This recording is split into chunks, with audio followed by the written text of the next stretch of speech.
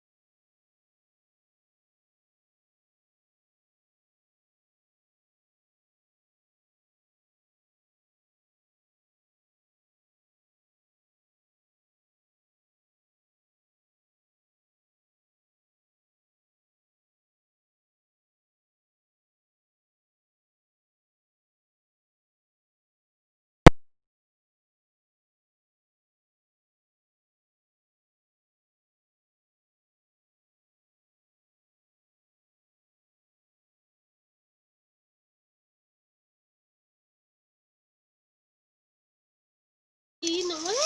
E já muitas meninas lindas pra gente, né, Florência? Então, pessoal, converso com ela, porque são as minhas filhotas, tá?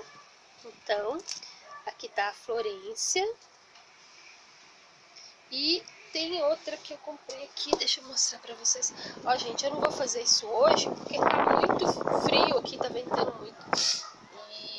E eu já tô meio gripada, eu não quero gripar. Olha esse potinho, tá vendo que lindo? Eu paguei o mesmo valor. E essa aqui que eu paguei, gente. Vem nesse potinho aí, eu vou tirar ele. Essa foi R$9,90, essa foi R$4,90. Então, essa é uma calanchiva e essa é uma calanchói e essa é uma calanchiva. Então, o que eu vou fazer? Vou pegar com a mão mesmo, gosto de pôr a mão na terra.